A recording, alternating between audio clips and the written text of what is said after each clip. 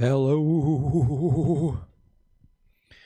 What's up, citizens of Gotham? My name is Graham Elwood. You are watching the Political Vigilante.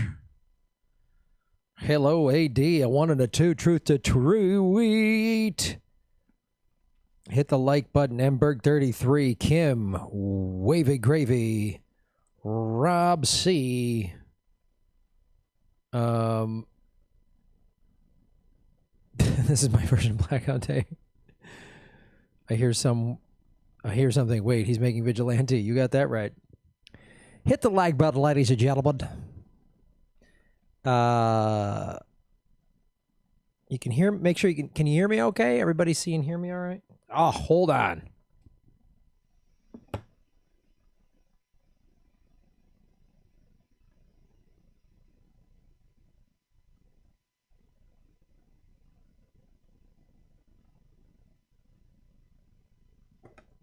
Everybody good now? Everybody see and hear me okay?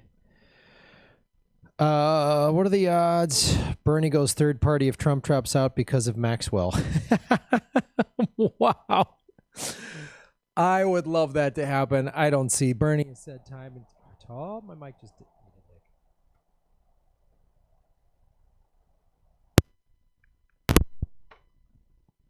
Hello? Okay. I have ordered a new microphone. It is in the mail. It will be arriving hopefully soon. A new microphone, new mic cable, all going to be worked out.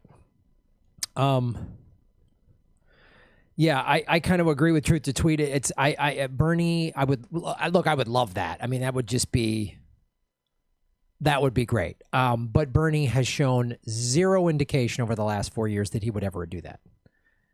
After he got cheated by Hillary, Jill Stein said, hey, you run in the green, I'll be your VP, which would have been amazing. He said no.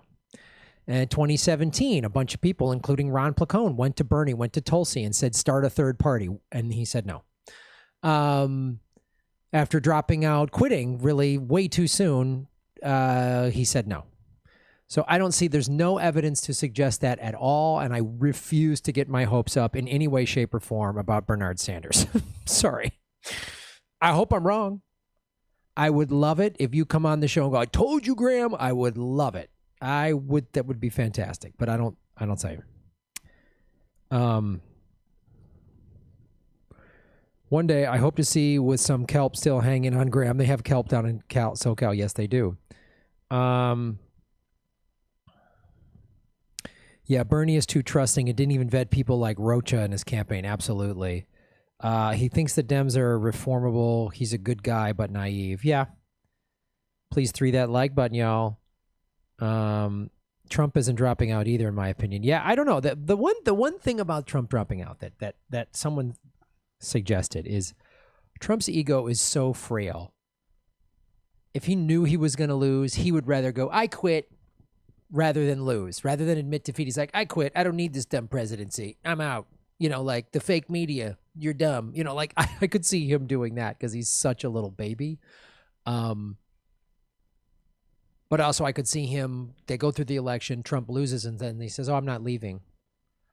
Or the coronavirus gets really bad right around election time, or we have some attack from some enemy, Venezuela, false flag, Iran attack or something.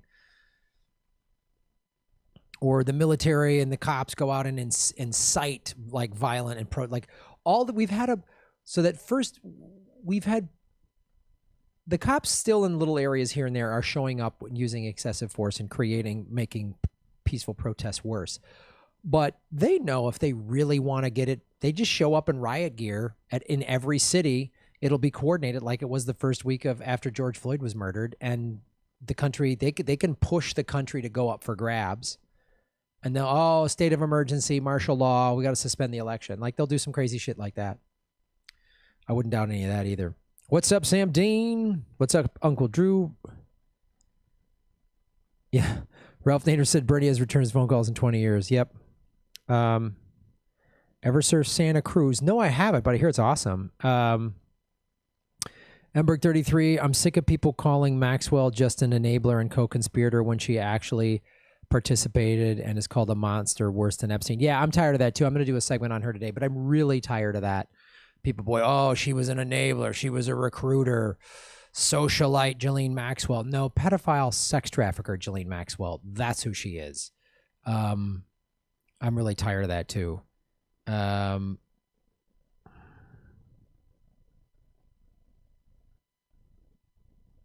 Trump is toast. He's behind Biden by some 14 points, even in some southern states. Yeah, I know. I know. Hit the super chat button to support the show. All right, I'm going to bring on Fiorella from Convo Couch because she was up in Seattle and saw the whole thing go down with the Chaz. It ended and all this stuff. So we're gonna check that out.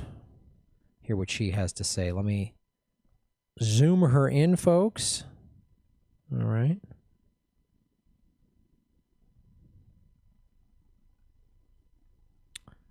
Yay, you're not here too late.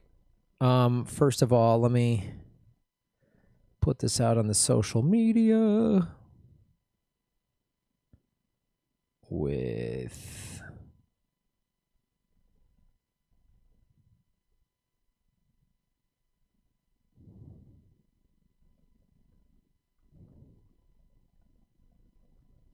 hold on. Hit the like button, ladies and gentlemen.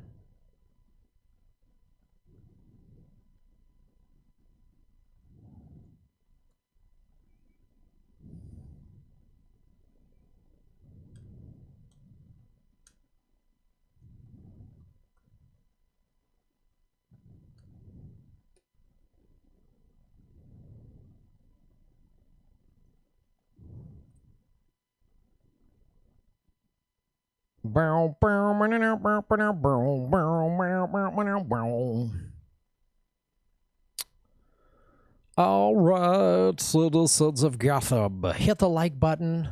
Great way to support the show is hit the super chat dollar icon. I will absolutely answer your questions. Like, share, subscribe, do all those things. Many great ways to support. Oh, look at that. We gotta fix that, right?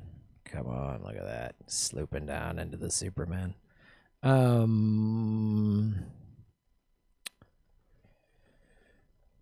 boo, boo, boo, boo, boo, boo.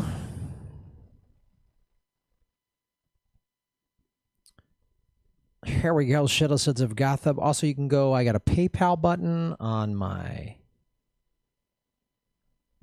grahamelwood.com. Oh. I don't have her. Sorry. All right. Hold on, folks. Hit the like button. You can also go to grabelwood.com and buy merchandise. I ship.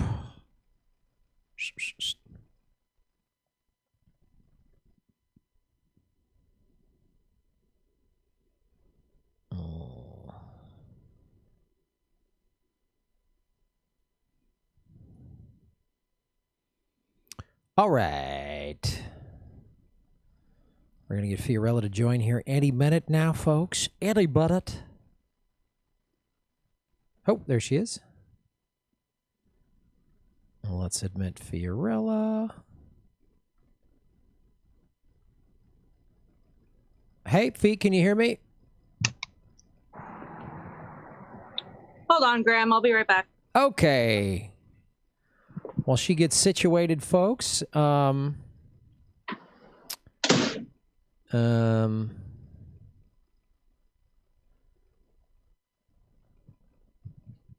Big Texan, shave your knuckles for justice. Thank you for supporting the show. You can do what Big Texan just did.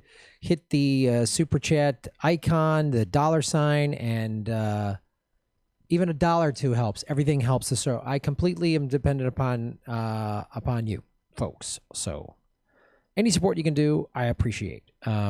Screen is small again. God. Oh, boy.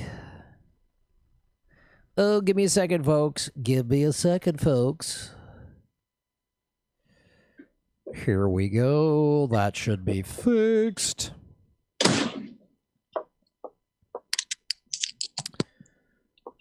Boom. Johnny Ringo could speak Latin like a button. Boom. I saw you do the double take on that woman in the heels at the Hollywood protest. Haha.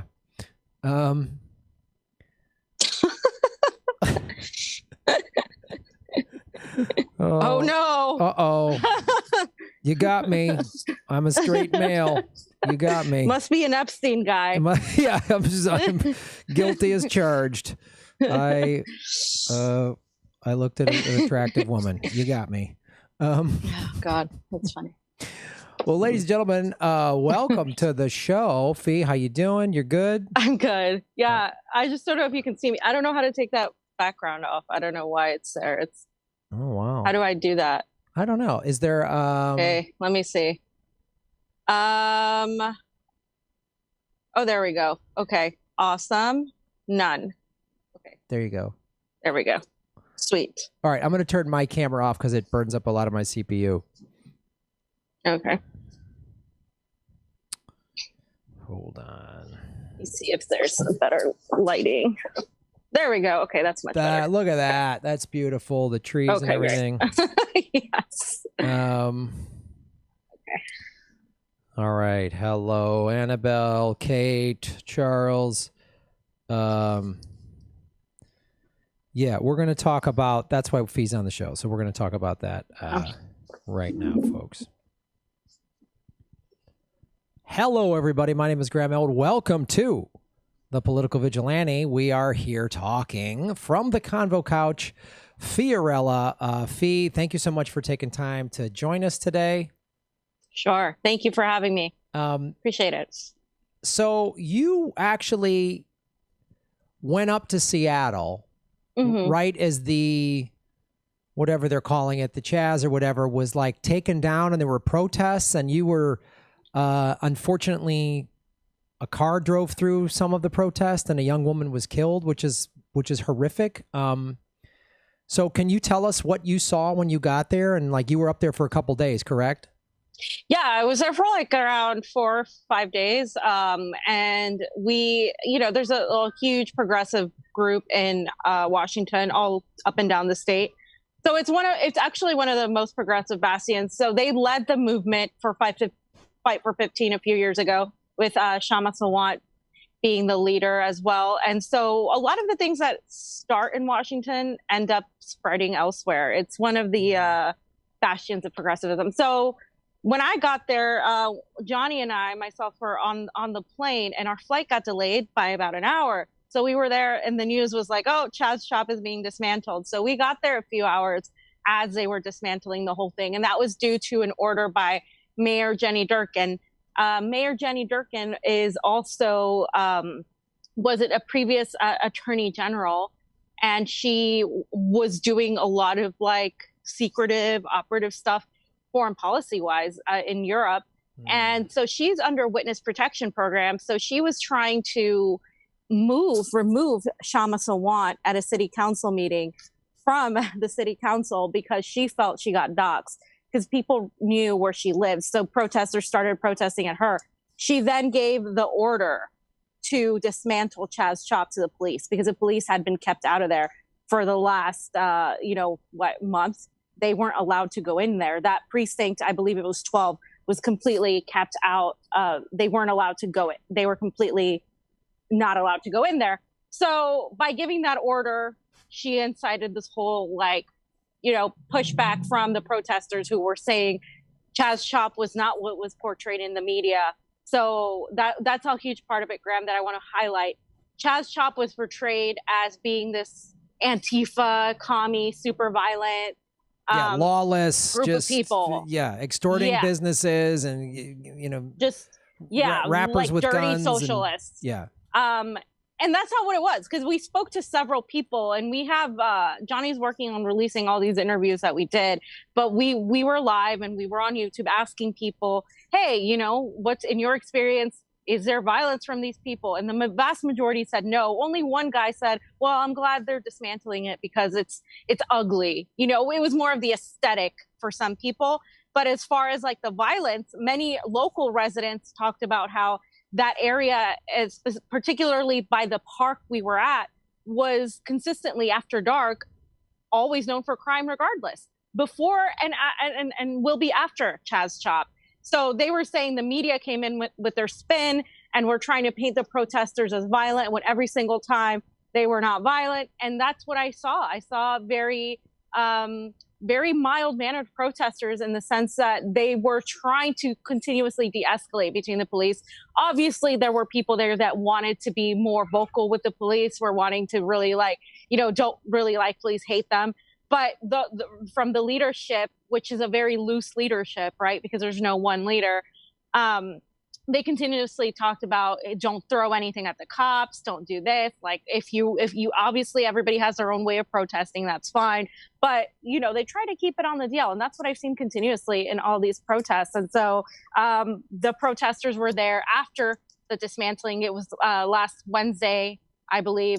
They were still there trying to counter resist the police, and they're saying that they're going to continue to protest every single day at 8 p.m. So every single day that I was in Seattle, there was some type of protest. And so they started marching to Mayor Jenny Durkan's house, demanding her resignation. So really quickly, I'm going to list the 5 demands that they had. Okay. One of them is to defund the police by about 50% at least. That money, number 2, goes into Black communities. Number 3 is to free all the protesters. 4 is to make sure there are no more youth jails, because that is a big problem in that region. Juvenile delinquency, they automatically put young people in the system for things as petty as marijuana. And their 5th ask is for Mayor Jenny Durkan to resign, saying that she didn't handle the situation well. She broke a lot of what the protesters wanted. And a lot of people in the community were saying they were getting social services that they weren't getting from the government, like youth advocacy, homeless. They were aiding the homeless, growing their own food, all of these things that would be nice to have in a regular community provided by your local community. That wasn't provided. So that's the gist of it, summary of that part. Which thank you for telling all this, all of us that. It was my understanding that the Seattle City Council passed, I know they passed several weeks ago, saying that the police department can no longer use any sort of crowd control, like rubber bullets and tear gas and all of that. Yeah. So the way they offset that is because they had some SWAT members in front of the police. So the majority of the time they didn't tear gas for the majority of time or use these rubber bullets on protesters. But in some instances late at night, they had the SWAT. So the SWAT is able to do that because they're not adhered to what the local police are. So that's one way they completely, totally just, change that whole thing. Now, I do have to say that compared to the LAPD, the Seattle PD is far more restrained. They were obviously in the beginning, but then they got, attacked or, they got told off by the community, and that was respected. The LAPD I've seen has been far more worse in their armament of riot gear. They come with so many more law enforcement officers. The LAPD has definitely more, I would say, harsh tactics than what I saw in the Seattle PD. But that's how they offset that. They were able to do that by using other parts of the police mechanism to infringe on those people. And you mentioned the young woman that was run over. Mm-hmm. And so it was weird because we had been there Thursday night. We were there for most of the time we went to Seattle to that part. And Thursday night, we were particularly there, and they were doing like a vigil on the middle of the I-5 highway. So there were a lot of naysayers saying, why are people protesting on the highway, right? You're going to get run over by a car. Now, in Seattle, what they don't do in LA is that they have been closing these highways for the last month. So the I-5, those exits that the protesters were on were completely closed off to regular traffic. So the night before Friday, which is when these protesters were run over, Thursday, I was there. We caught a few shots of the protesters having a vigil. We were even saying, what's the point of protesting if there's no traffic? I think they were just there in solidarity. They weren't doing anything much more than having a vigil. And that was just the last part of the march that they had. They kept marching to the police stations and so on. Friday, we were nearby the mayor's house. We were nearby Mayor Jenny Durkan's house because there was a mass 4,000 person protest from a park near her house back to her house, or protesting for a resignation, etc. So there was a mass protest there. And that same night, some of the protesters went on I-5.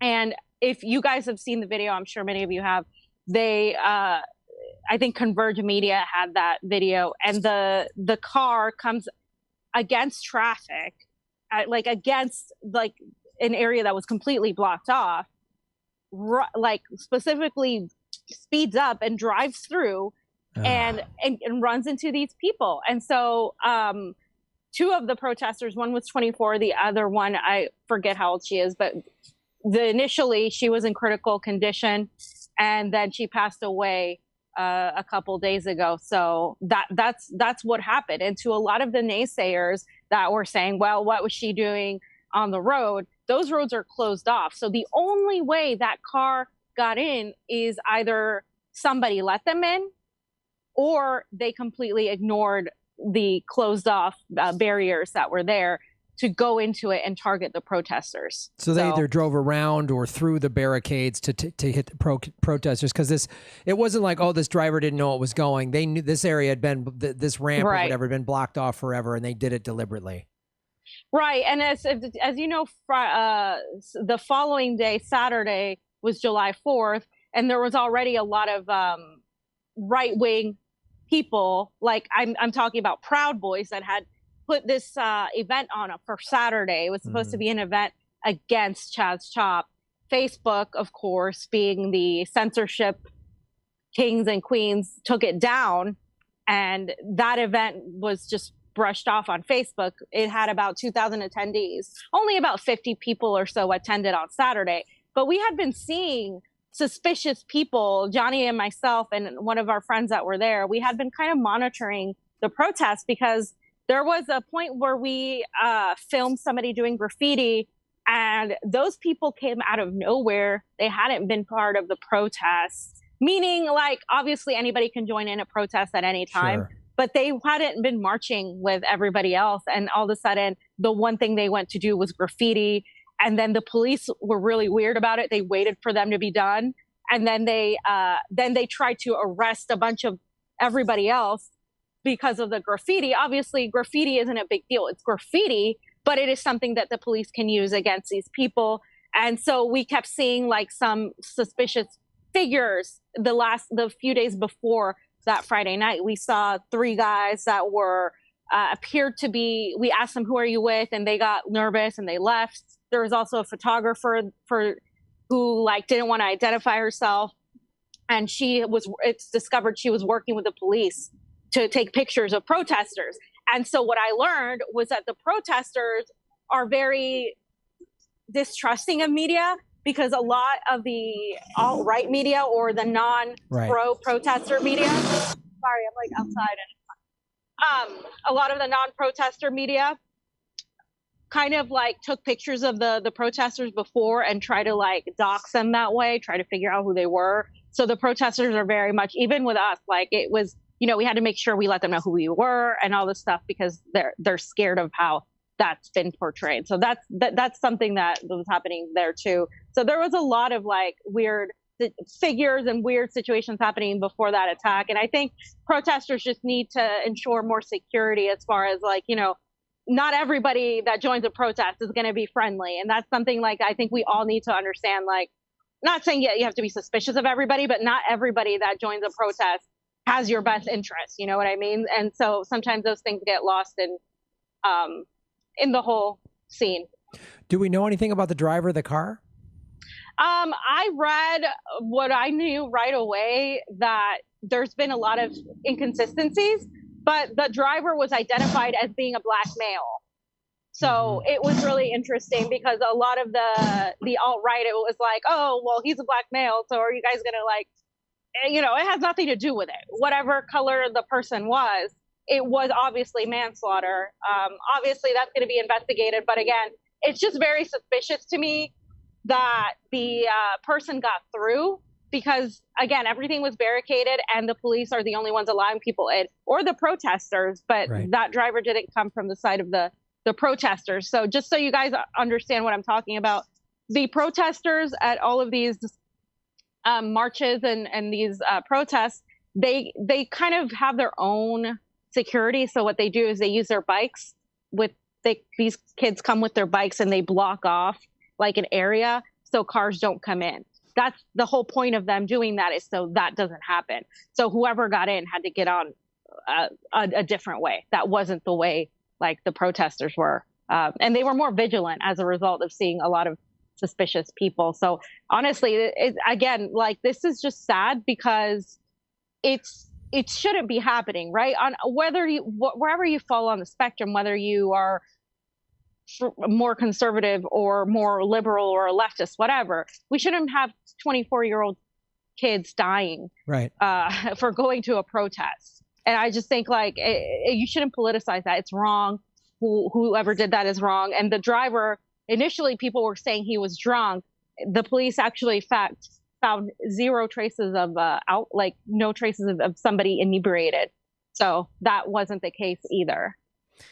Yeah, it's pretty awful in Seattle. I mean, this is not the first time this happened. There was a white nationalist who drove through a protest about like a month ago.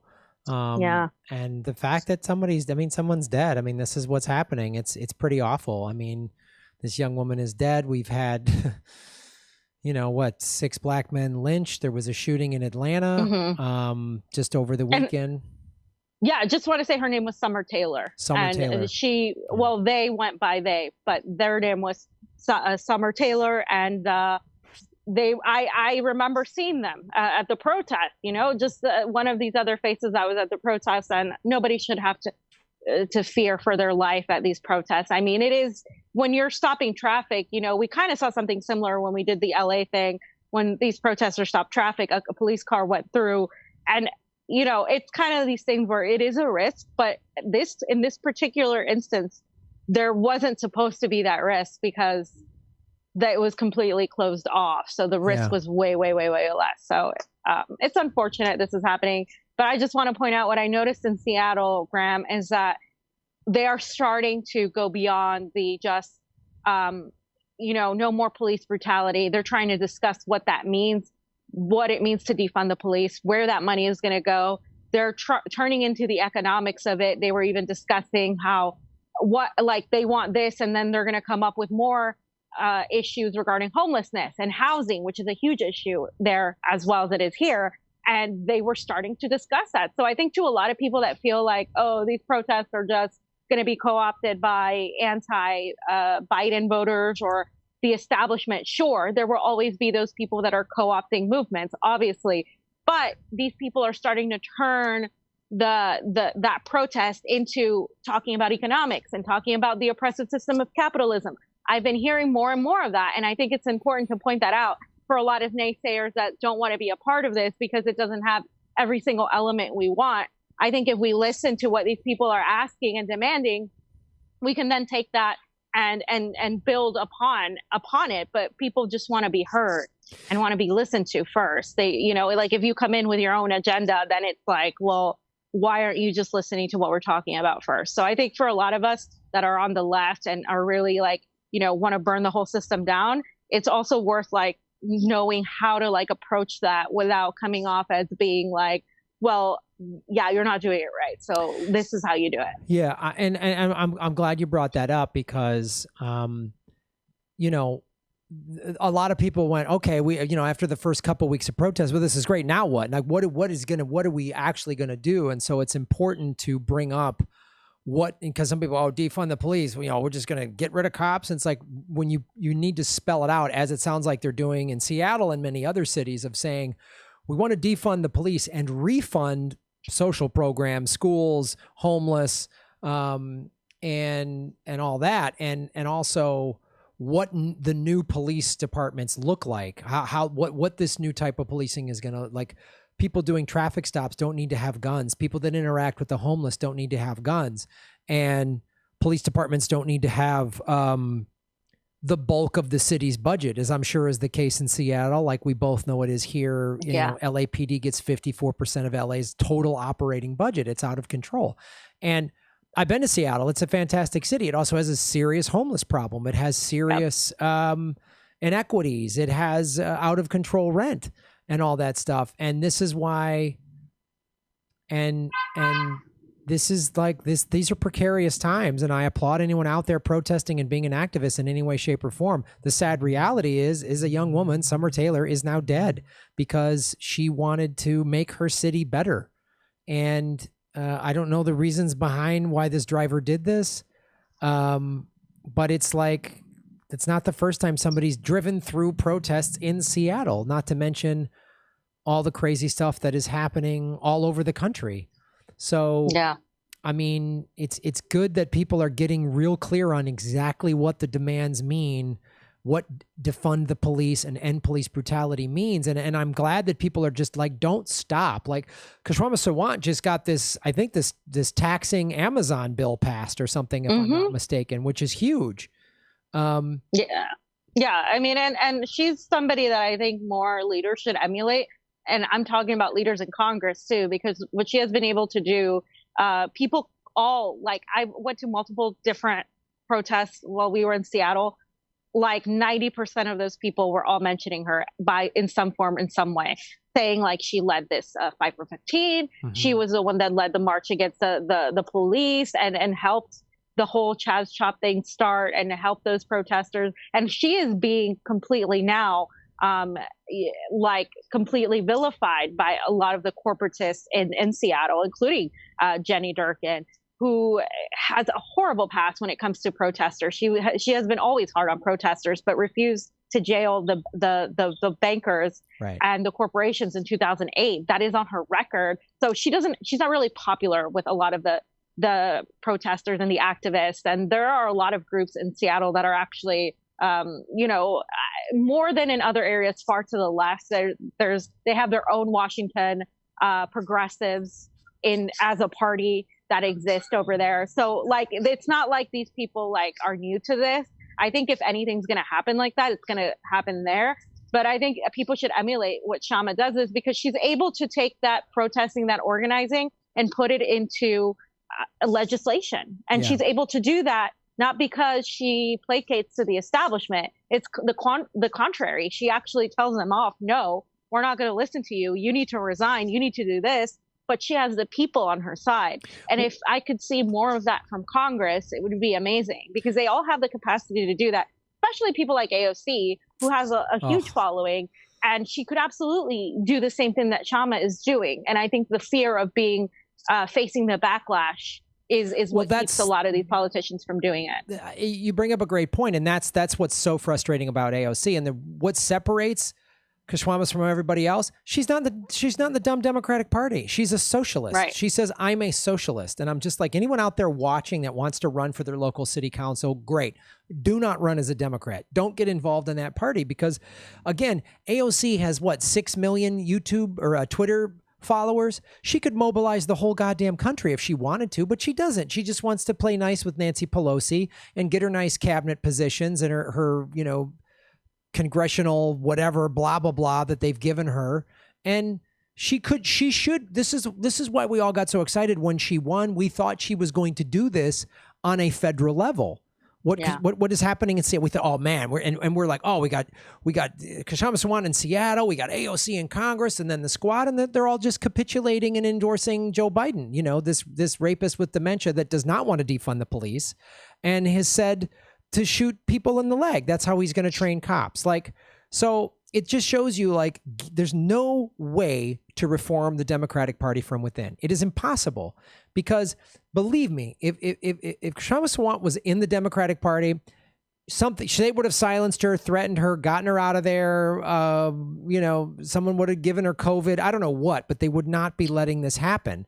And this is what we need, is to circumvent these two utterly corrupt parties, because look what happens when you do. Real change happens in Seattle, which is it's the 5th or 6th largest city in America. It's a big city with a massive operating budget and all this money and all this inequities. And so what they're doing in Seattle could happen anywhere. We could do that in any major city, Chicago, Miami, Atlanta, you name it, it could happen. Yeah. So no, I agree. Yeah.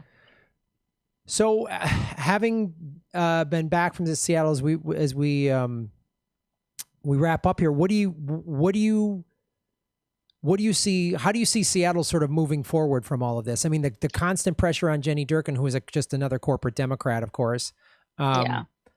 Like, what do you think? Because the people seem to get, from what I heard, and I saw this comedian that was on Ron Placone's show, that people, when they saw the chop and what the media was, how the media was lying about it, actually radicalized them, because they would come down and they would see all this peaceful, everybody getting along, and they. Yeah.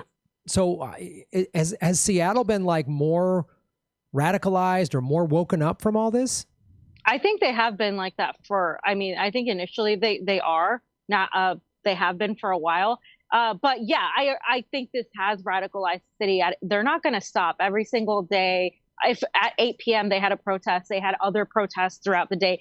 This is not Black Lives Matter organization led, by the way. A lot of people assume it's all one monolith group. That is not the case. There are complete differences in tactic between each groups. Black Lives Matter is seen as more conservative to a lot of the folks that are out there marching. They want more radical actions. They're talking about economics, like I mentioned. So Seattle, though, it's very important to point out, they understand change happens bottom up. In fact, in multiple protests, the protesters who were speaking, the lead organizers, were talking about how change doesn't happen with the presidency or on a federal level like that. Change happens from the bottom up. They spoke about the whole Fight for 15. They spoke about how in their cities they have fought and gotten the changes they wanted because they focused on local issues first. Right. And so they were emphasizing they want to focus on Seattle PD and what Seattle PD is doing, and then focus on the housing issue, and then the economics issue of where this money is going. And they become very specific with it. So definitely they're going to keep going until they see that there is actual physical legislative change. They're not going to stop. And I think it's something the rest of the world and progressives in general need to understand, because I see way too many progressives talking about, who are we going to run in 2024? And oh my God, Nina and Tulsi 2024. Well, that would be amazing, you guys.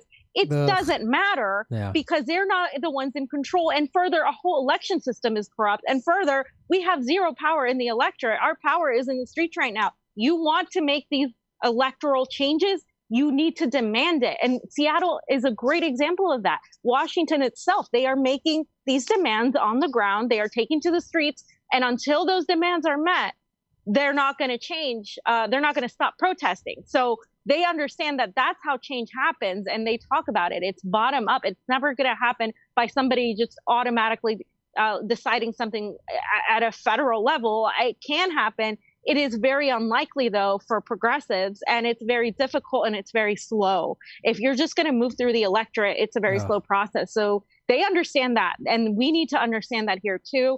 We are seeing movements similar to what happened in Chaz Chop start taking place in other places. Asheville, North Carolina, in LA, there is an occupation right now in front of City Hall. It's just a matter of the way they organize it. In Seattle, it was very loosely organized. That was also a criticism of theirs, that they didn't really have like a cohesive, like top-down organization. But in retrospect, that also means that it was more difficult for them to go after the leaders and stop them in that way. So that is, you give and take with that. And LA, they're trying to organize it already economically, tying the homeless into it, tying the housing issue into it. So I think we're going to see more of that be emulated, because if it worked in Seattle, people are realizing, hey, maybe we can locally at the very least get change for our city, for our area, and then maybe other places will follow. I think that's the mindset we have to have. We need to stop thinking that we're going to have the presidency or whoever's president save us from whatever happens. We like with this whole thing that the president has so much power. It is the military industrial complex and the CIA and these special forces that work behind the scenes that have all the power. And the only way to catapult them is to do it from beneath and then get to the top of it. So I think we need to remember that point in particular. It's totally possible. Yeah. But it has to be focused. Yeah, you're right. And the one thing, too, is like when you just try to run one progressive candidate, the machine, the CIA, the military industrial complex can undermine that person pretty easily. or get them to just quit like they did with Bernie. When you have 25, 30, 50 cities, cities in all the major states, everybody grassroots on the ground making change, they can't stop all of that. They just can't. They can't stop all of us in every city, in every state. They just can't. Yep. They can stop one guy. They can get one guy or one woman to just sheep herd some people into nosedive them into nothingness. And that's, again, you're right. Like this, like, oh, Bernie or Nina, they're going to save us, or Tulsi 24. Like, no, I got no time. 2024. What are you talking about? Like, America could be gone by then. So, it's really good. And it shows, like, again, the Amazon tax, that's people in Seattle saying no. They're really sticking it to this big corporation in that city that spent $1.5 million to try to prevent Kishwaukee from getting reelected. So it's a people, not a politician. She led it, but she had all the people with her. That's the important connection that I think people fail to make. It wasn't ever just going to be Bernie Sanders, like, or anybody. It has to be people actually getting active and literally protesting and making it a part of their daily life. And that's what these people have done over there. Yeah. Yeah. So, well, thanks, Fee. I'm glad you and Johnny made it safe. And, it is heartbreaking what happened to that woman, Summer Taylor. And I hope more of that does not happen. I'm also cautiously optimistic in terms of just change happening, so that, real change happens, because it's we're in gnarly times right now. Yeah. For sure. All right, Fee, where can people follow you online and watch the Convo Couch?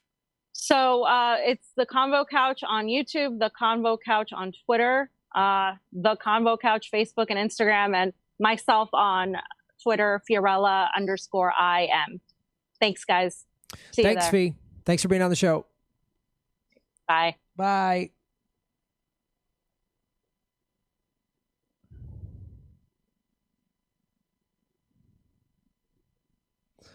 All right, everybody. That was Fiorella from the Convo Couch. I will drop that tomorrow as a separate clip if you want to watch the interview again. Please hit the like button. 298 watching, 123 likes. Hit the like button. Yeah, so that's what happened up there, man. Yeah, Fiorella and Johnny and Pasta, they're all doing great work. Actually, while Fee and Johnny were up in Seattle, I met up with Pasta at that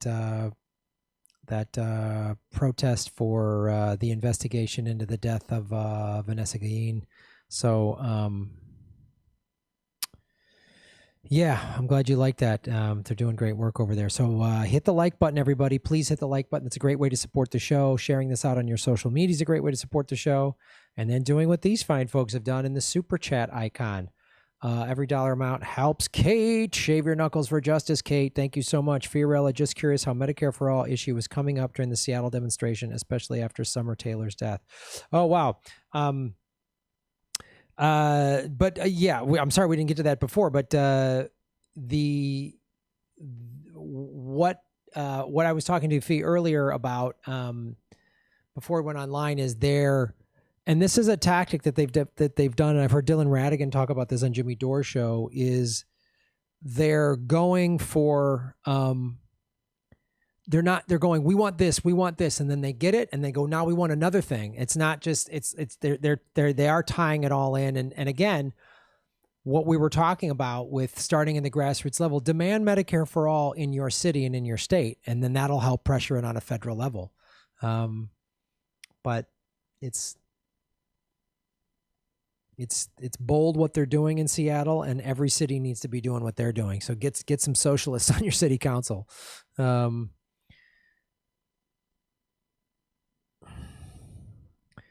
Yes, quiet YouTube game star Granny Petrol is furious about this Supreme Court decision. Kate again. Kate, thank you so much for supporting the show. Shave their knuckles for justice. Seems easiest to move minimum Medicare age to 0. Yeah. Yeah. They think, oh, how are we going to pay? Well, you negotiate. First of all, what Medicare does is it really tells the healthcare companies and the pharmaceutical companies they can't charge as much as they are currently. The government comes in and says, no, you don't have to pay that. Oh, it's $2,500? No, that was the bill was? No, now it's $600. We'll pay that. The government will pay that, but we're not paying $2,500 because our current Medicare, our current healthcare system costs over $50 trillion. So,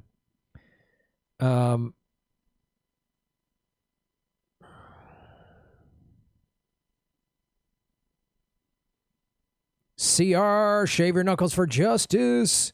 What up from Moss Beach? Vegan guns, boom! Moss Beach.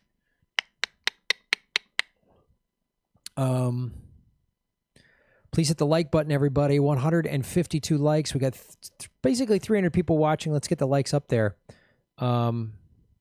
Snowflakes hate flax. Just print more money.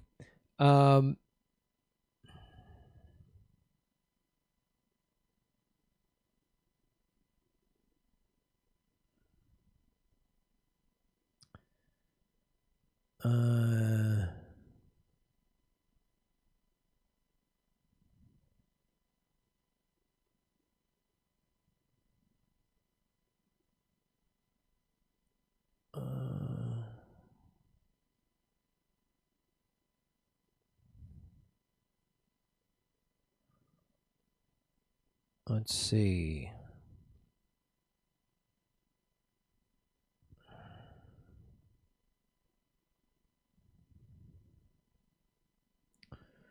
All right. Yes, Medicare should start with parental care up to hospice. Absolutely, Emberg.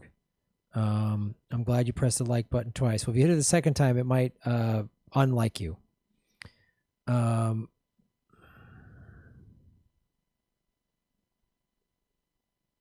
Moss Beach is by Mavericks. Nice. There's absolutely no reason for insurance to be profit-based. It means we pay for private healthcare profits and the cost of treatment. Yeah.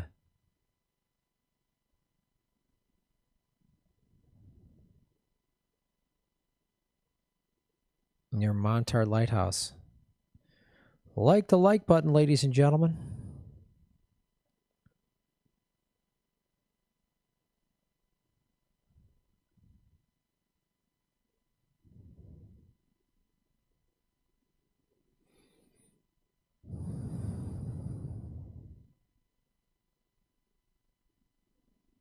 All right, everybody.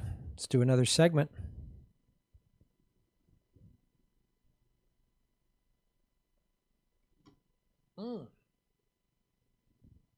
My apartment's getting hot. Got the fan on, getting hot.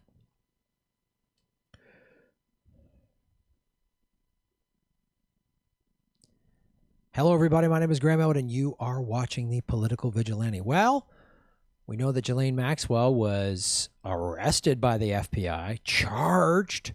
We've seen no mugshots. We've seen nothing. She was just moved to the same jail in New York that Epstein did. So, wow. Boy, I hope they fixed the camera that stopped working a year ago when Epstein died. And I hope they hired some different guards that don't just fall asleep. So, she just got moved because this story just came out. July 6th, Ghislaine Maxwell's secret stash of Epstein's sex tapes could implicate twisted movers and shakers. Maxwell has copies of everything Epstein had. If she goes down, she's going to take the whole damn lot of them with her, claims a former friend.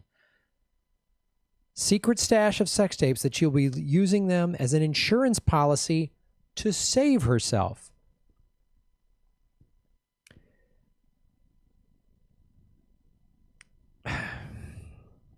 We'll get into this in a sec. Maxwell is accused of securing and grooming underage girls for Epstein to sleep with. I am so tired of the mainstream media saying grooming, securing.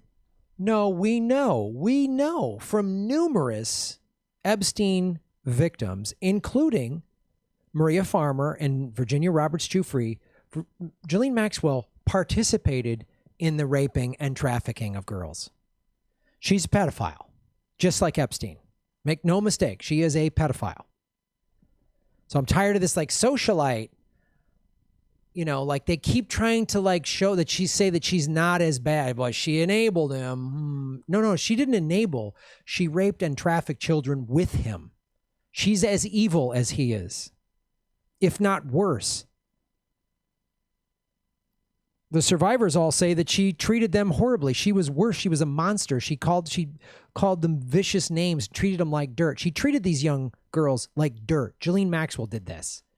So I'm tired of this like socialite, groomer. No, she's a fucking pedophile and a sex trafficker.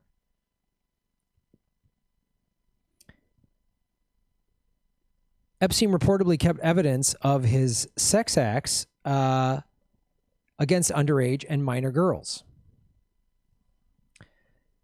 So we know this too, that one of the things Epstein would do he would have parties or whatever and have very powerful men come over. The butler would say, hey, do you want to get a massage from a beautiful young woman? The woman would not be a woman, it would be a child.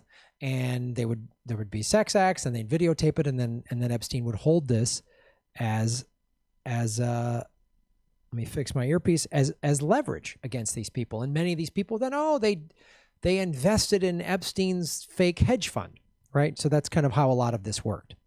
It's been a year. We haven't figured any of that out. We can't figure that out. A year. The authorities revealed that upon raiding Epstein's townhouse, they had found thousands of photos that featured underage girls. Ghislaine has always been as cunning as they come. She wasn't going to be with Epstein all those years and not have some insurance. This is from her former friend, who won't give their name. The secret stash of sex tapes I believe Ghislaine has squirreled away could end up being her get-out-of-jail card if the authorities are willing to trade. She has copies of everything Epstein had. They could implicate some twisted movers and shakers. If Ghislaine goes down, she's going to take the whole damn lot of them with her, they continued. Not only did Epstein like to capture himself with underage girls on camera, he wanted to make sure he had something to hold over the rich and powerful men who took advantage of his sick largesse. Ghislaine made sure that she socked away thumb drives of it all. She knows where all the bodies are buried, and she'll use whatever she has to save her own ass. This is interesting. But we haven't even seen a mugshot of Ghislaine Maxwell. Any other celebrity gets arrested, don't we always see a mugshot? Doesn't that always get released? Don't we see footage of them in an orange jumpsuit? Where's the paparazzi covering all that? Like, isn't that automatic? I've seen all these photos of her. Where is she even in there? So she has the thumb drives and evidence of the most powerful people in the world. So we know this from Maria Farmer's interview with Whitney Webb, that Epstein was literally a project manager. Les Wexner is the head of the North American Snake, according to Maria Farmer, right? Who I believe. So if we're going on these assumptions, then we know that actually Ghislaine is probably even more powerful or influential than Epstein was. And she must have a lot of evidence.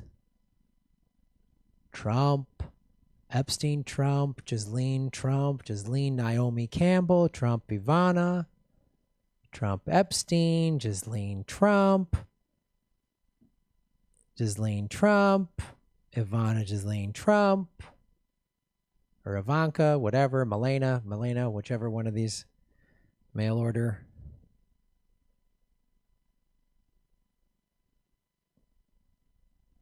Epstein, Bill Gates, ran the finances of the Bill and Melinda Gates Foundation, who, weird coincidence, was the executor of Epstein's will.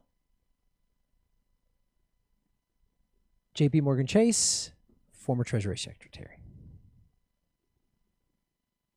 Oh, golf buddies. Bunch of golf buddies. Bill Clinton, who was on Epstein's plane 26 times. Hillary was on twice. Bill and Hillary were at his compound numerous times in New Mexico. ties to Ghislaine Maxwell. Trump, we just showed you all the ties. Not to mention, appointed Acosta. Acosta gave Epstein the sweetheart deal in Florida in 2009. Acosta himself said Epstein was an intelligence or CIA asset. That's how he had to go light on him. Flight logs, he was on Epstein's plane once. Friends with Prince Andrew. Both the New York mayors, former mayors. Ghislaine Maxwell. Oh, here she is at the Clinton wedding. Chelsea Clinton's wedding. Bill, obviously. There's Ghislaine Maxwell. After she had settled out of court with Virginia Roberts. There's the whole gang. All one big happy family. The Trumps and the Clintons, all friends. Ivana Trump, his first wife, used to go out with Ghislaine and recruit girls for modeling gigs.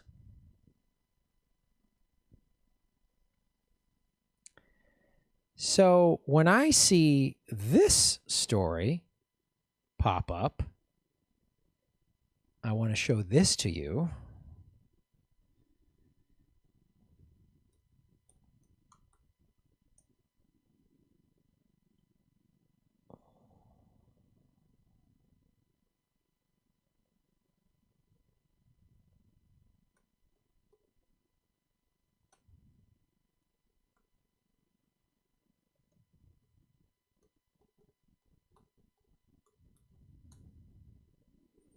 Give me a sec, folks.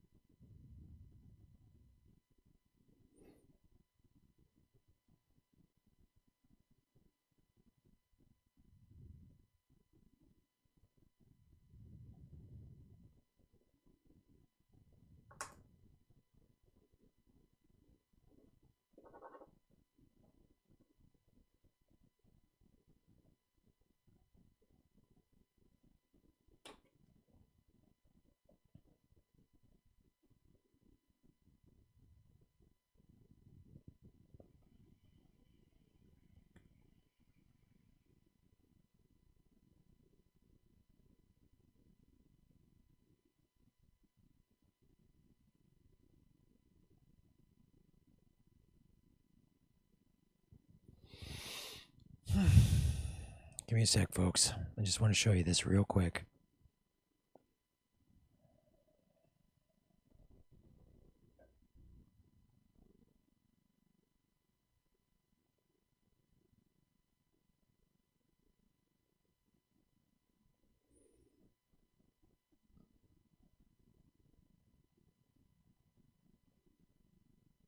So what does that say? Alleged Epstein accomplice Ghislaine Maxwell moved to jail in New York. Same day. Epstein accomplice has been moved to the Metropolitan Detention Center in Brooklyn. The Federal Bureau of Prisons confirmed the Hill on Monday. Former girlfriend, longtime associate. No, what you wanted to write, the Hill is pedophile sex trafficker. Yeah. The daughter of late British media magnate Robert Maxwell. She faces up to 35 years in prison if convicted on 4 counts related to procuring and transporting minors for illegal sex acts and 2 counts of perjury. Still was not charged with being a pedophile. So a woman can rape girls, children, and not be charged. Got it. Yeah.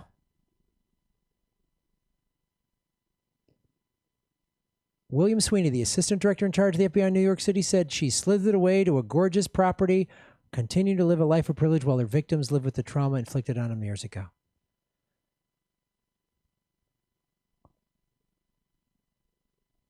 So they move her to this prison, the one Epstein died in, hung himself with a paper t-shirt. She has all this evidence to put all these powerful people away. She gets denied bail. She's done. She poses a threat to powerful people. They're going to have her killed.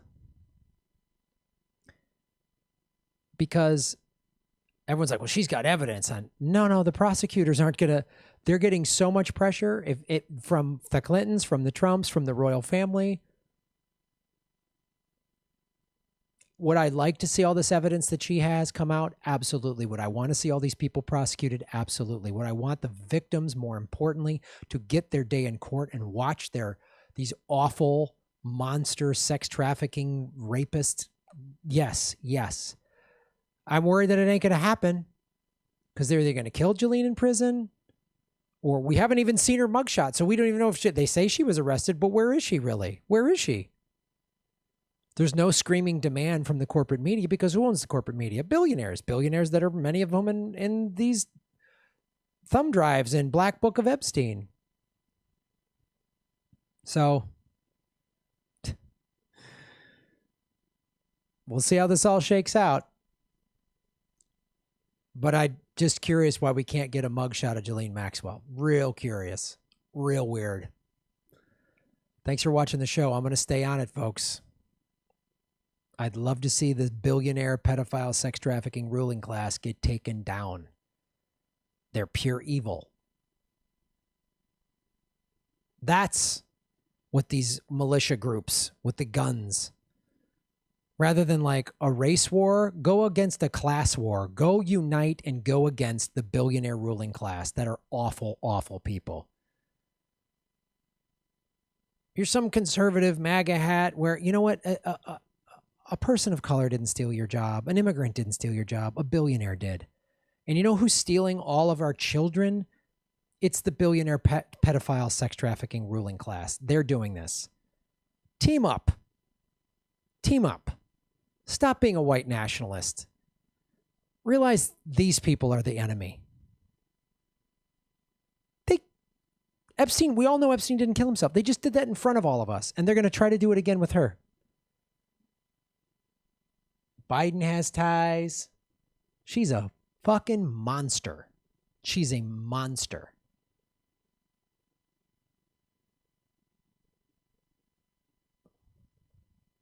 The Clintons, the Trumps, the Epstein, they're all tied in. Prince Andrew, the Saudi royal family, the British royal family, the Rothschilds, Democrats, Republicans, celebrities. It's awful. These people are horrible. And they run the world, and we need to get them out of there. They want us divided and fighting with each other, so we don't look at all of them.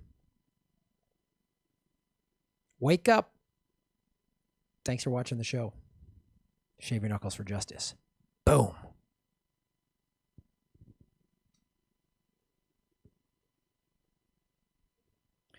What's up, everybody? 201 likes, 202. Hit the like button, hit the like button, hit the like button. No, I don't want to let them hide this shit from us at all. Hit the like button for justice.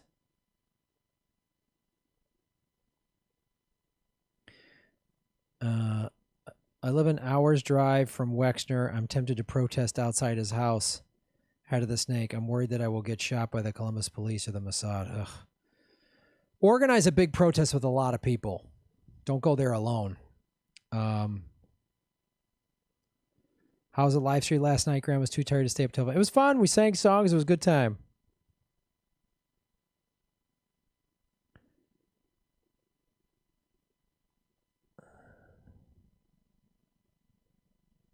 Oh, we've got some people saying some funny stuff. Oh, it's a Tuesday night block party, ladies and gentlemen.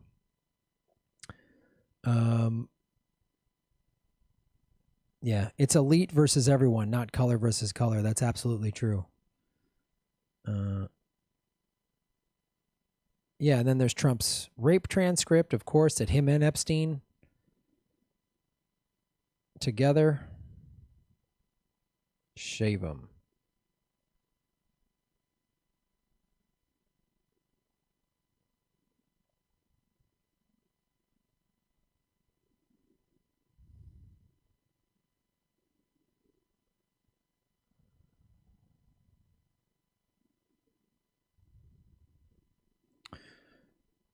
Carl Knight, shave your knuckles for justice. Thank you for supporting the show, Carl. Let's talk about favorite movies.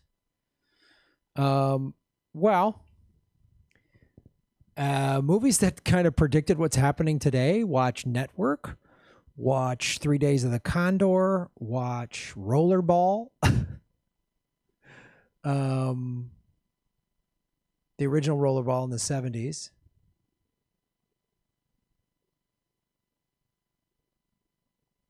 Watch well,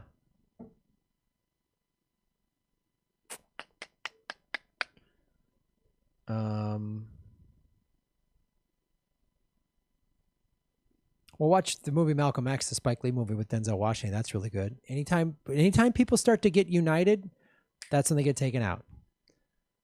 Malcolm X, you know, when him and Dr. King were at odds, that was fine. When they started to come together, oh, we can't have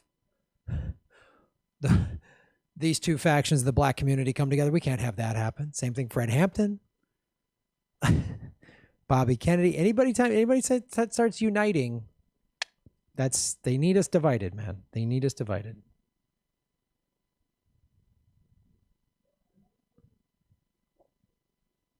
Trump used to hang around with Jolene and Jeffrey in the 90s in New York City. They hung around in clubs and restaurants, of course. I believe it, but I don't believe that they would let this get out. Something else is at play. I doubt anyone will ever know the full details behind the cover-up. Yeah, unfortunately, I think you're right. You're right. I don't want that to be right, but unfortunately, like, I cannot see the ruling class letting this happen. They're going to just let some of it out. There's no way.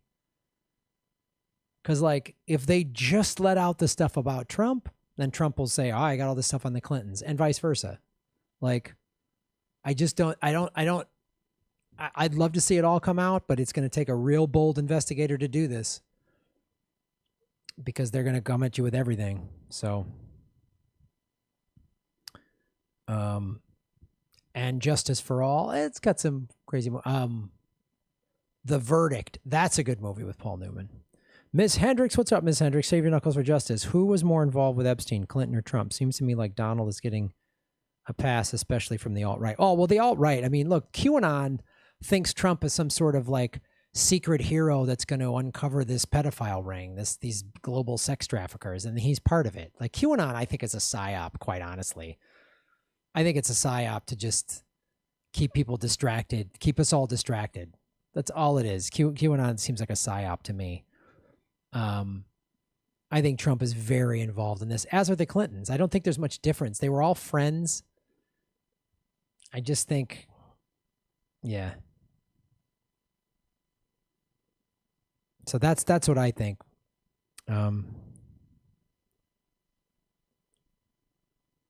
Mary Poppins, the original, surprisingly pro-woman and anti-bank. I would love you to make a video about. Oh, wow, I haven't seen that in forever. I'll check that out. That's cool.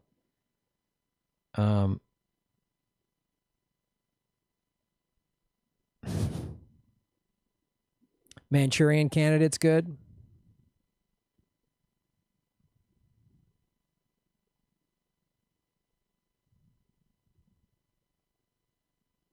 ABA, Loved and Justice for All. It's a fairly accurate depiction of the criminal justice system, yeah.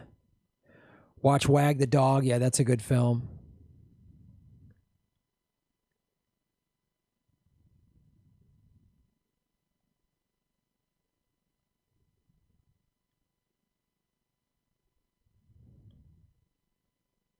The elites are all connected. It's a big club, yep.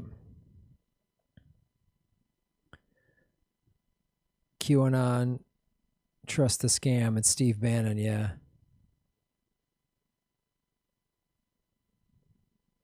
CIA has been in Hollywood since the 40s. That's absolutely true. Hit the like button, ladies and gentlemen. Soylent Green, yeah. Oh, the Omega Man. Planet of the Apes.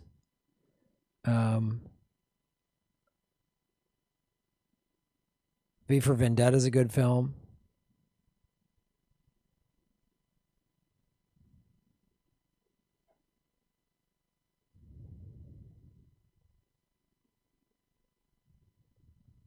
Right-wingers talk about Trump cut ties with Epstein. I think something's happened and Trump did it just to cover for something that he's guilty of. Of course. They're all guilty, man. They're all guilty.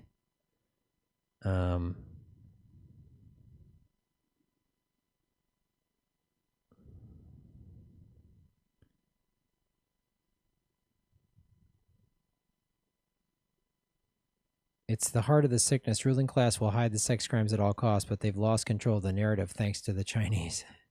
Yeah. Scream 4. All right, Riley Rage, really? 229 likes. Hit the like button, ladies and gentlemen.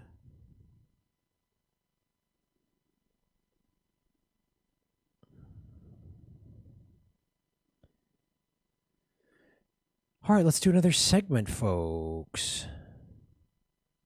Palm Strike Dance Party should be a feature film. The only guy I watch YouTube ads for. Thank you, Progressive News Daily. I appreciate it. A lot of great ways to support the show, folks. If you can do Super Chat money, that obviously helps. There's also patreon.com/Graham Elwood, rockfin.com, blockchain cryptocurrency platform.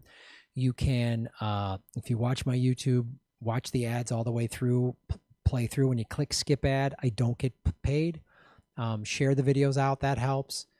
Go to grahamelwood.com. You can get my documentary about podcasting with a really great interview with Joe Rogan and Mark Maron and Doug Benson called Earbuds, the Podcasting Documentary. It's a DVD. I'll autograph it for you. It's on sale for $15. That includes shipping. I ship using the post office, which is union labor. I ship it in packaging that's made from recycled materials. You're supporting me, a small business owner. Also, my documentary, not a doc, but a concert video, me performing in Afghanistan called Live from Afghanistan. That's also $15, and I give a little money to the disabled American veterans, which is cool. So it's a great way to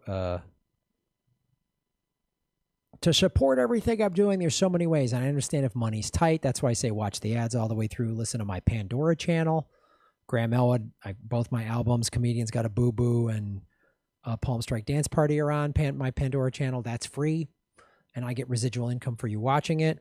Let's take this monster off the goddamn screen. Let me shrink this down. Look at that evil face. Rat face. Look at that rat face. Evil rat. Disgusting rat. Ghislaine Maxwell's an ugly rat.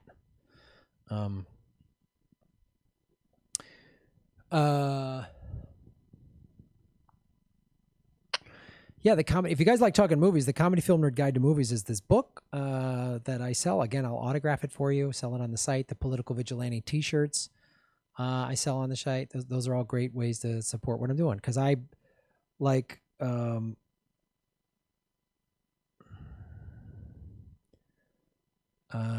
completely like, I get about maybe 10-15% of my revenue from the YouTube ads. Hey, I wish it was more, but so I'm really dependent upon all of you for supporting the show. That's how I keep this going. That's how I was able to, this is a backup mic. I got a new mic coming, all the gear around me, all of that. I make this is my full-time job now. So it's all because of you. So thank you. Christopher Dobby, shave your knuckles for justice, Christopher. Do you think Trump started this when he let the cat out of the bag by warning Bill to be careful because of the BS Dem Russia Gate conspiracy? I think so. I mean, Trump did say that. There's that famous, he's walking to his helicopter and they ask about Epstein last time. He goes, I don't know. Bill was on the plane like 27 times or something. So I don't know. We got to check it out. That was like, oh, that's like, I think they've got, I mean, the rumor is that, remember the P tape they talked about with Trump? Everyone said, oh, it's like prostitutes urinating on him or whatever. And now it's like people are like, maybe P stands for it's a pedophile tape. I think there's footage of all these powerful people doing horrific shit to children, and they are fighting to not let that come out. And someone's going to have to just get it out. Someone who's like in the FBI and has some authority is just going to have to do the right thing, knowing full well it could cost their life. They just have to get this out there because it's pure fucking evil. Any cops that saw this shit, Anthony Weiner's laptop, I hear all these rumors, they saw awful crap. Whatever it is, you got to just come. You got to do this. This is the soul of humanity. You just have to come forward. That's what I hope happens, because these people are awful monsters.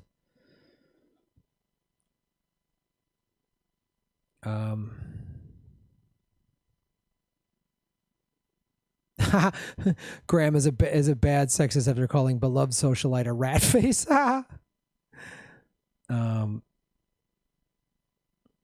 Yeah, MAGAs claim Trump kept Epstein out of his mansion party when there's just too much. There's just too much evidence. If all the evidence with Trump it's enough to know that he's guilty. There's plenty of like, if somebody else in power had as much, yeah, he's fucking guilty. They just don't want to buy. It's just like the crazy Clinton people don't want to own it.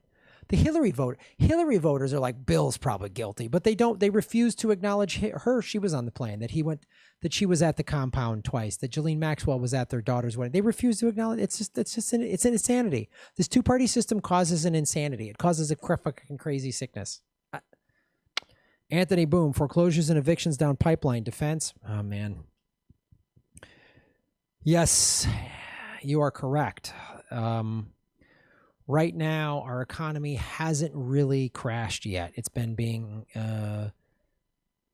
propped up by the Fed just pumping money into it. And that's going to happen, though. Evictions are going to start happening. Foreclosures are going to start happening. Bankruptcies are going to start happening. Oh, the defense against that, man, it's going to come down to each person's find some other streams of revenue if you can. Sell your place, rent it, whatever. Don't go into any more debt if you can. I know some people friends of mine, had to take the PPP loan to keep their whatever. And a lot of those, they're going to want the money back. And some of them are like 30 years, pay it back, $100 a month. Okay, great. But just be careful, man. Don't fall behind on anything. If you don't have to take on more debt, don't. I don't know. It's each person's situation is different, but that's the one thing. Don't sign their, read the fine print. This is the defense. Read the fine print on all this. If they can own your business, if they can own your home, be careful. Don't do it.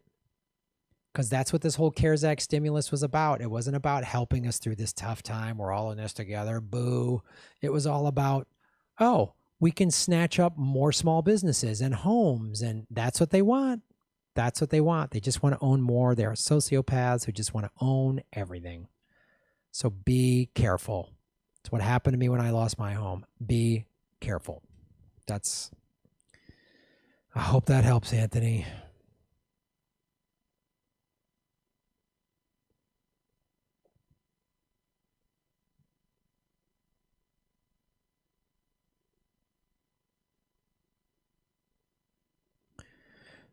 No, Emberg, I'm not going to do I don't know enough about that. Yeah, get out of debt if you can.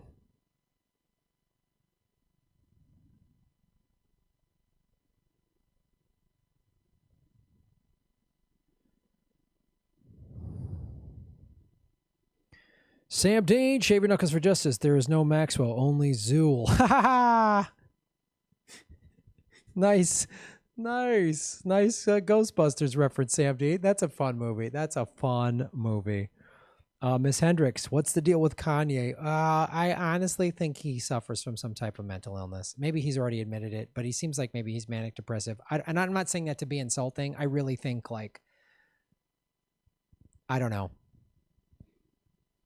It's just madness. It's just madness, and I just want to go, see, Bernie? Had you stayed and fought or left and ran third party, see what we could have. Everyone would be rallying around you, Bernie. Everyone would be rallying around you. You would take Nina with you and Tulsi and most of the squad, but you don't want to do it. So now we've got Kanye West running. Way to go. Way to go. Outstanding. It's so insane. It's just, there's nothing surprises me in 2020. Nothing. If fucking dragons came out of the ocean and go, oh, okay, 2020, got it. Boom. Makes sense. Nothing would surprise me.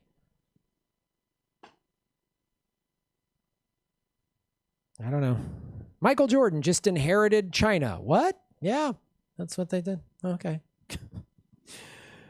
Kush Renata, what's up? Shave your knuckles for justice. What do you think of the 200 plus armed black protesters who headed to Stone Mountain the other day? Funny thing happened. No cop violence. Surprised? When I saw that, I was like, wow, I get it. This is like, I'm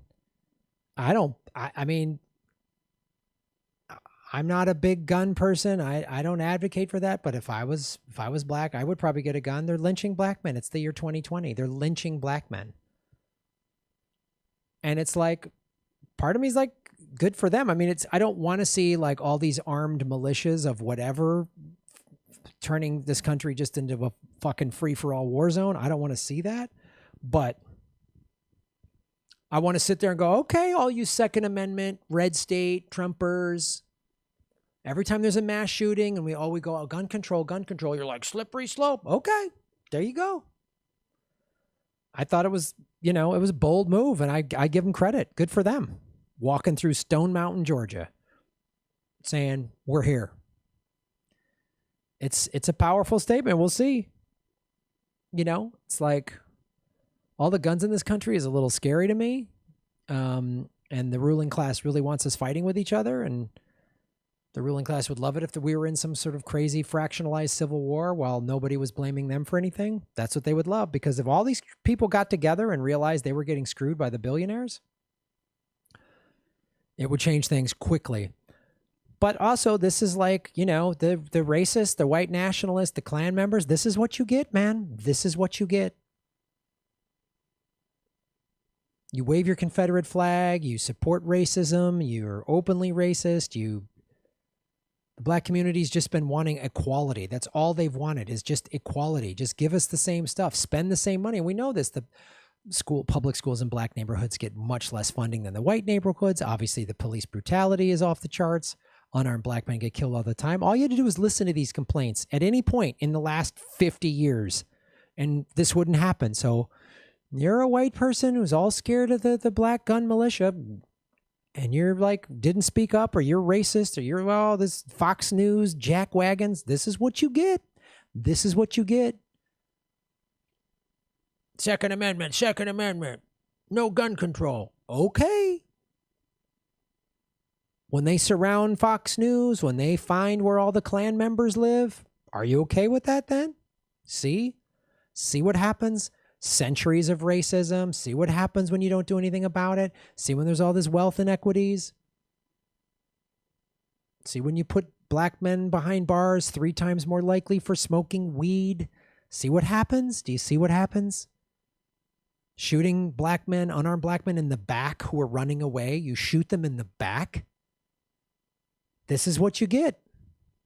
This is what you get. You honestly think you're going to just, in the year 2020, you're going to hang 6 men from trees and say it was all suicide? And you don't think there's going to be any repercussions of that? Okay. The NRA was all gun. And then in the 60s, the Black Panthers came into the state capital of California with Ronald Reagan as the governor with a bunch of legally owned guns. All those guys, all those men and women in that thing this past weekend, the NAFC, it's all legal guns. That's what happens when you can just buy automatic military grade weapons. Okay. Good luck. Good luck. We need a heavily armed citizen. Okay, there it is. I hope you enjoy it. Kush Renata, shave your knuckles for justice. Even if Maxwell sings, who would have the balls to prosecute the world's powerful? Epstein wasn't just a tied up loose end. He was a message. Yeah. I know. These are the most powerful people in the world. I don't know you're going to prosecute them. I agree with you, and I wish it wasn't the truth. I wish it wasn't the truth. I wish, but you never know. Some FBI person might just go, nope, and they get 1 or 2 senators behind them, and they go, look, I'm going to arrest Trump, and I'm going to arrest the Clintons. So I don't want to hear any of this partisan bullshit. That's what it's going to take. It could happen. Now, this is a long shot. It's mainly me having wishful thinking, because more than likely she's going to, she's going to choke on some pudding or something like that in prison and slip and fall in a razor blade factory or whatever the hell's going to happen to her. Oh. Andrew Cooper, shave your knuckles of justice. In these trying times, we need entertainment, so I promote a WWE-style battle royal between Ghislaine the Rat Maxwell, Elizabeth Pow Wow Chow Warren, and Liz Warhawk Cheney. Peace, Graham. I'd do that. If the pay-per-view went to charity, I would do that. I would pay for that. I'd watch that.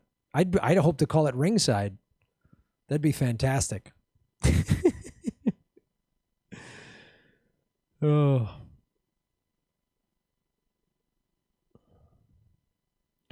Equality doesn't mean anything in the mainstream. We should demand liberty. We'll never have true equality without liberty.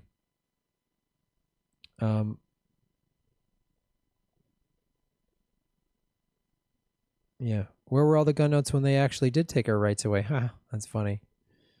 259 likes. Hit the like button. Sam Dean, shave your knuckles for justice. Genuine question, mate. Would you be willing to do a video of you old school rapping as Marlon Shatner? I'm thinking Ice-T, I'm your pusher, while playing Twister, so it looks like you're slowly breakdancing? Yes, really. I'm not going to do the breakdancing thing because, you know, I had some back issues many years ago. I don't want to make that worse. But I'll do a Shatner. I've done Shatner raps before. I'll do a Shatner rap. I love me some Ice-T. I'll do that.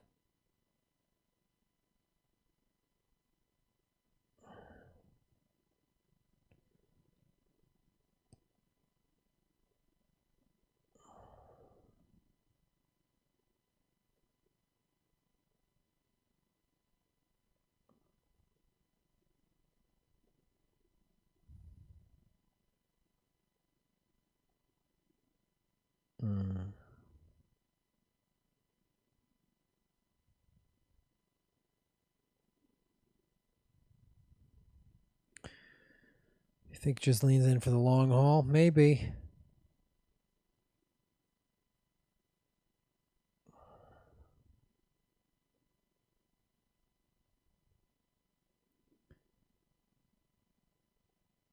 Bubonic plague is back. Go meatless.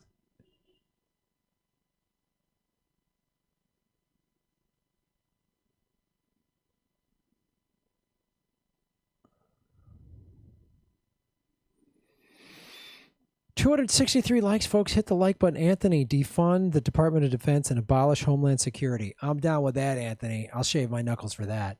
That's the other thing, too. When we get into this defund the police, like we were talking about with Fiorella earlier, about what it means. It means defunding the police and refunding homelessness, schools, all that stuff, dealing with mental illness. That model for the local level, like what they're doing in Seattle, what we're trying to do in Los Angeles, it's the same model for the federal level. You know, cut the defense, the department, cut the defense budget in half. All that stuff. All right, let's do another segment, folks. Here's a bit of good news.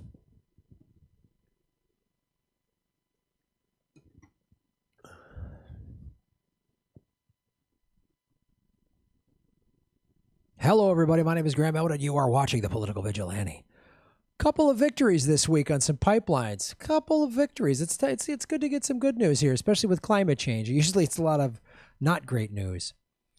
So this was from a newspaper in Michigan because there's this Line 5 is a pipeline there, and I'll get into that in a second, buoyed by national pipeline victories. And this is an oil company. Enbridge denies any risk to the Line 5 project. I'll get into that in a second because that's an issue specific to Michigan, and anyone in the show, watching the show that's in Michigan, this is something to get involved with. But I want to talk about what happened with DAPL and the Atlantic Pipeline. Indigenous activists and environmentalists scored 2 major victories over pipeline companies this week in quick succession. On Sunday, 2 major energy companies in Virginia and North Carolina announced that permitting delays, economic concerns, and legal challenges have caused them to pull the plug on the $8 billion natural gas pipeline. That's big news. We've talked about this Atlantic pipeline. We've talked about it. But before we cheer about that, let's add to it. One day later, a federal judge ruled that the controversial Dakota Access Pipeline, or DAPL, will be shut down for a thorough environmental review, possibly for years, and must be emptied of oil by early August. Yeah. It was about a year and a half ago, when the Keystone Pipeline leaked 300,000 some gallons of oil in the Dakotas.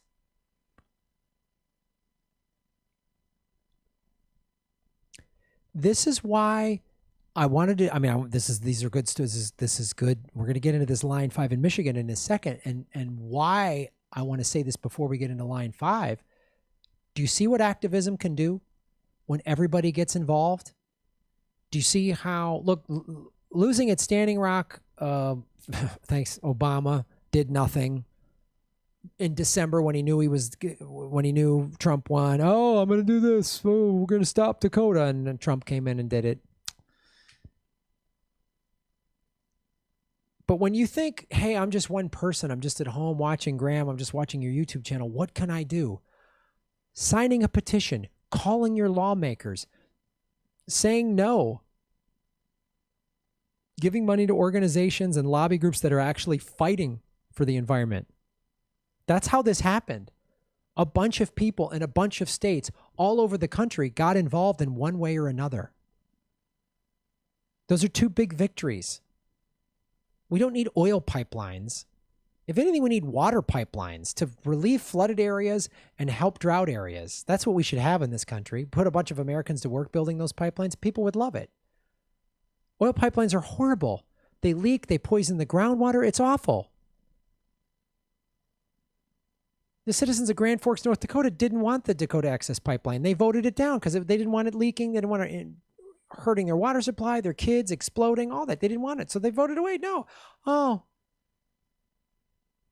And then the pipeline company said, oh, we'll just put it through this Native American land. Well, what do they care? Obama was president and said, well, let's see how this plays out. That's how we did it. They sent Tiger Swan up to Standing Rock, which is a private security firm that was used in Iraq, and they brought their same anti-terrorist tactics to people that just didn't want polluted water on their land. See how sick it is? See how sick these oil companies are? But we can beat them. You can beat them.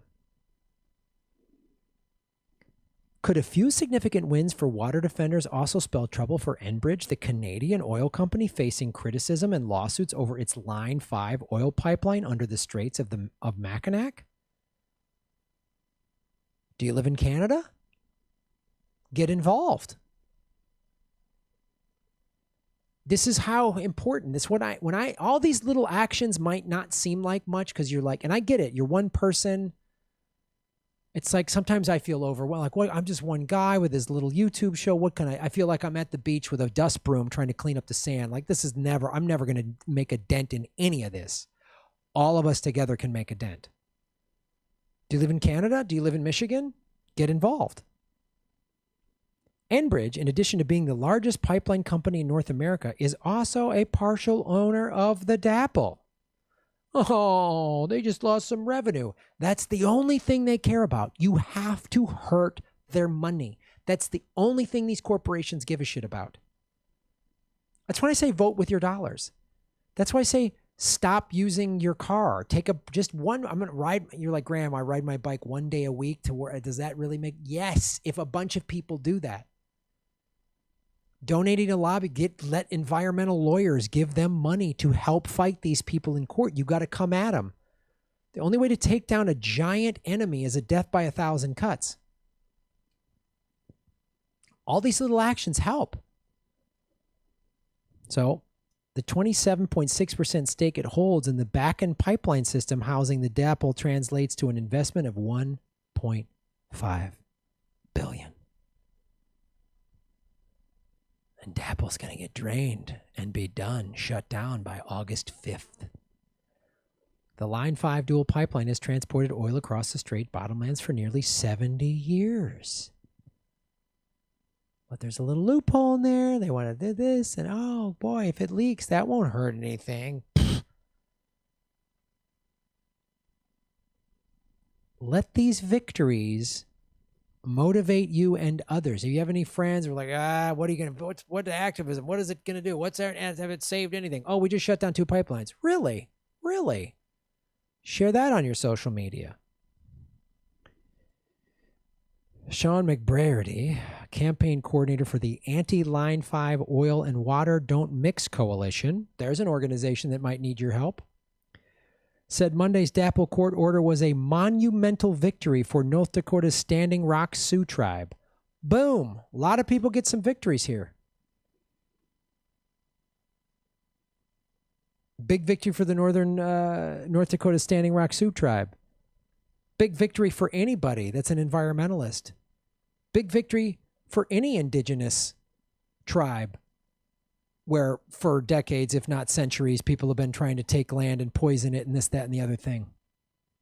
Across the country, courts and government agencies are beginning to realize that environmental protections must be enforced to protect residents and our natural resources from the devastating impacts of further fossil fuel development, McBarity said. Take the wins and keep going. Someone's talking pipeline near you? Get rid of it. Find organizations that are fighting it. Bears Ears in Utah? Fracking? Nope. Don't give these companies your money. Divest are you in a bank? Do you have an IRA or investment that uses then? Divest. Hit them where it hurts. That's all they care about is money. That's why you get the news here, folks. That's why you get the news here. I don't get money from ExxonMobil. I don't get money from these oil pipelines. I get money from you. I get support from you. Like, share, subscribe, support me on the Patreon, the Rockfin, all that stuff, GrahamElwood.com. I have a PayPal button. I have a P.O. box. There's products you can buy on my website. All of it supports what I do. Thank you so much for watching.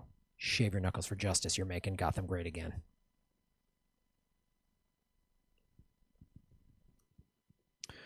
Looks like we made it. 267 likes, ladies and gentlemen.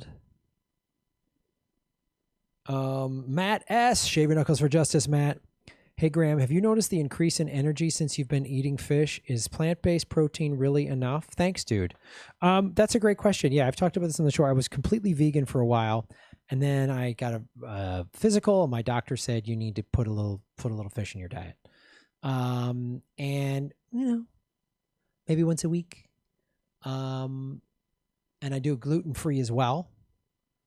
But it's just a little bit. I have vegan smoothies every day. Most of my meals are vegan. My breakfast is vegan. I'll eat vegan for days. I do notice a little more energy. Part of it was I was also eating too many carrots, my doctor said. I don't know. Yeah, I recommend trying a vegan diet. And some people make the mistake when they go vegan, they just eat pasta and don't get enough protein. Hold on, I lost the sound.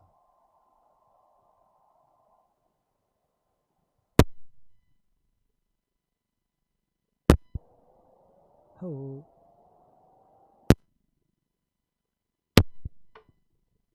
Yo. Yo.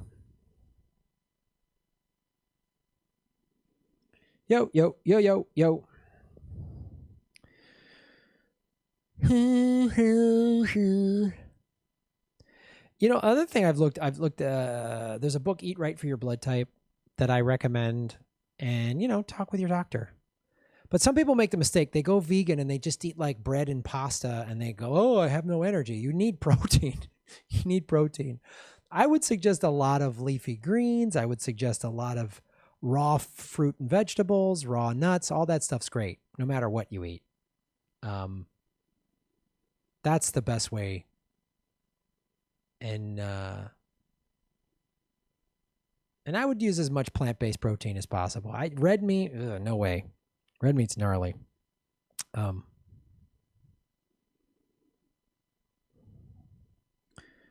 Is oral sex vegan? Only if it's with another vegan. Shave your knuckles for justice. Anthony Chisholm. Yakima, Washington mayor donated to gym in neighboring small town that was first business fined in COVID, Washington. Eastern side of the state is doomed. Jesus. Nuts.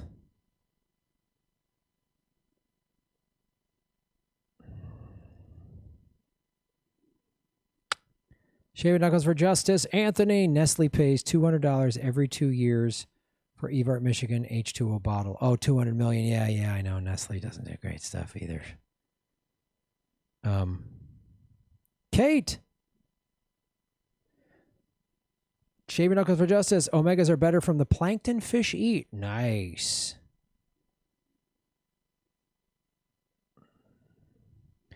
My tofu crumbles has more protein than ground beef. Yeah, there's a lot of great protein out there.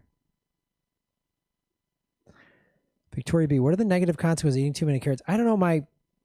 My doctor said my beta carotene level was like off the charts. It wasn't good. That's what he said.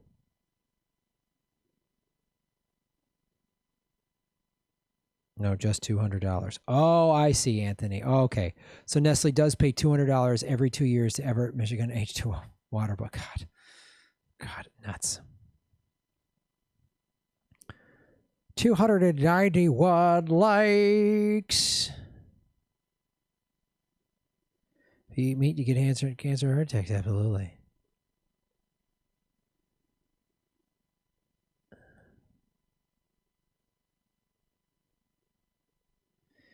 Ethiopian spots, the veggie combo, so healthy and comes with injera made of teff. Teff has a superfood like acai, quinoa, and etc. Oh, awesome. God, I love Ethiopian food. Haven't had it in forever.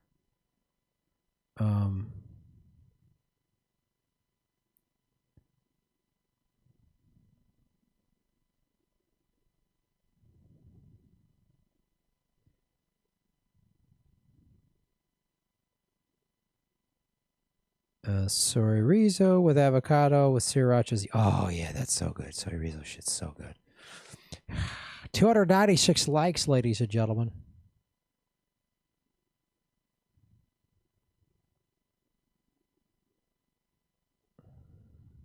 Kate. Graham Elwood straight out of Evanston. Ha ha! Right on. Go Wildcats. That's my high school, Evanston Township High School. I was an alum. I was captain of the football team. We did not have a winning record. I was the problem. No, I love Evanston, man.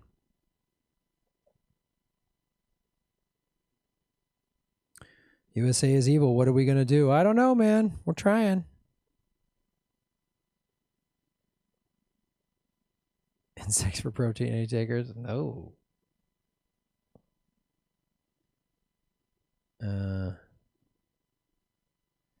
Are onion rings vegan? Yeah, they can be, unless you fry them in like animal fat. But if you fry them in vegetable oil, that's vegan, kid. 299 likes with 330 watching.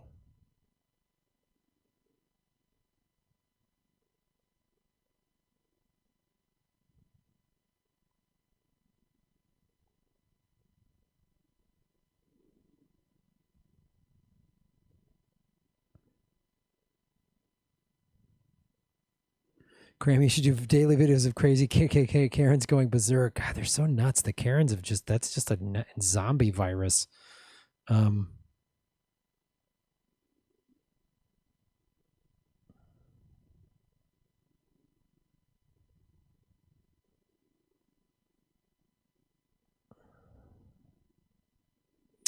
Fry the onion rings in coconut oil. Ooh, that sounds good. That sounds good. Sam Dean, Granny Petrol sings From a Distance. From a distance. I thought we were doing Shatter doing an iced tea song. What is it, Sam Dean? What are we doing now? I'm ready to sing a song here. I've done my segments. I did my interview. Let's do it.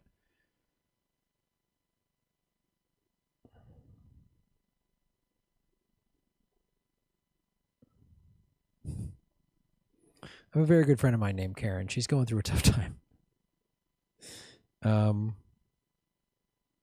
From a distance. Kate, any groups getting headway movement on Medicare for all? Not that I've heard. I don't know. I don't know anything. I'm not sure. Jedi Mullet 77. What's up, Jedi Mullet? I haven't seen you forever. Have you ever noticed that flat earthers have no problem with the other planets being round? Yeah, I know. They're out of their minds. Knock 'em Dead with a 2-song finale. Oh, wow. That's a lot. That's a lot of business, Sammy Dean. Beatles. Everyone's got something to hide.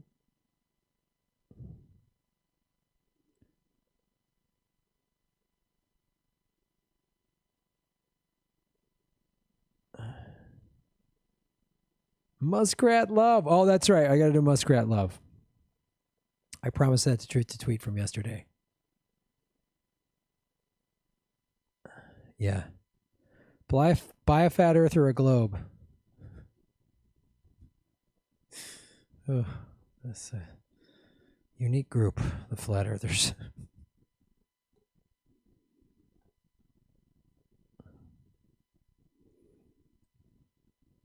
We're going to do Muskrat Love as William Shatner. Ladies and gentlemen.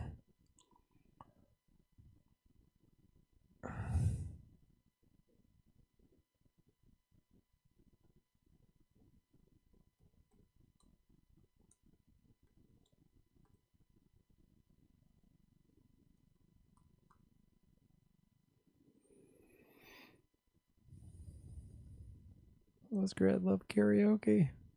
God. Unbelievable. Oh, the 70s. Possible Charlie Daniels song?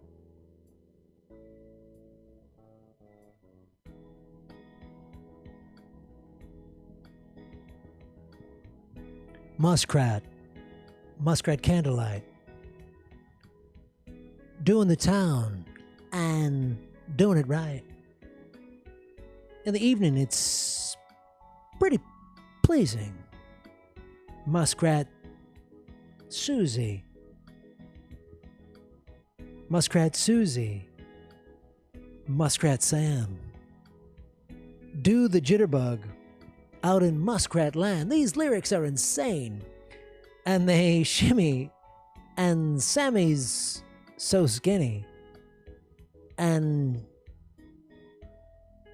they whirled. And they twirled. And they tangoed. Singing and jingling the Django. Floating like the heavens above. It looks like Muskrat Love.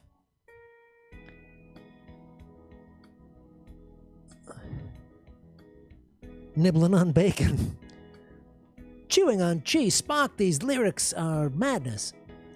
Sammy says, honey, would you please be my missus? And she says, yes, with her kisses. And now he's tickling her fancy. Rubbing her toes.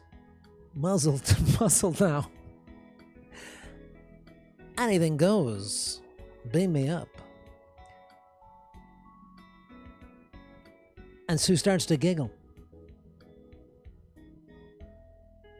And they whirled, and they twirled, and they tangoed.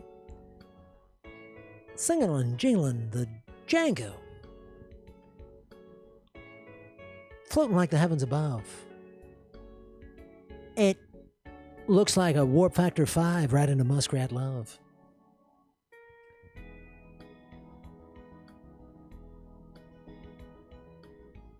La, la, la, la. Da, da, da, da. Sulu, la, la, la, la. Uhuru, open up a hailing frequency. La, dee da, Spock, am I speaking Vulcan correctly?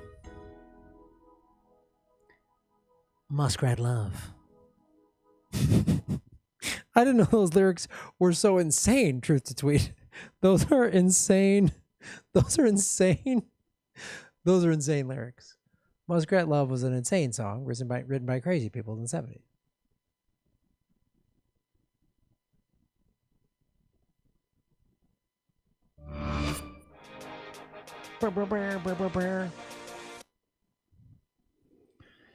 Warp Factor 5. Are the muskrats vegan? Ah! Jedi Mullets. Oh, yeah, we did that. 70. Okay, we did that one. 315 likes, folks. Nice show. Captain and Tennille, they do great stuff. Khan!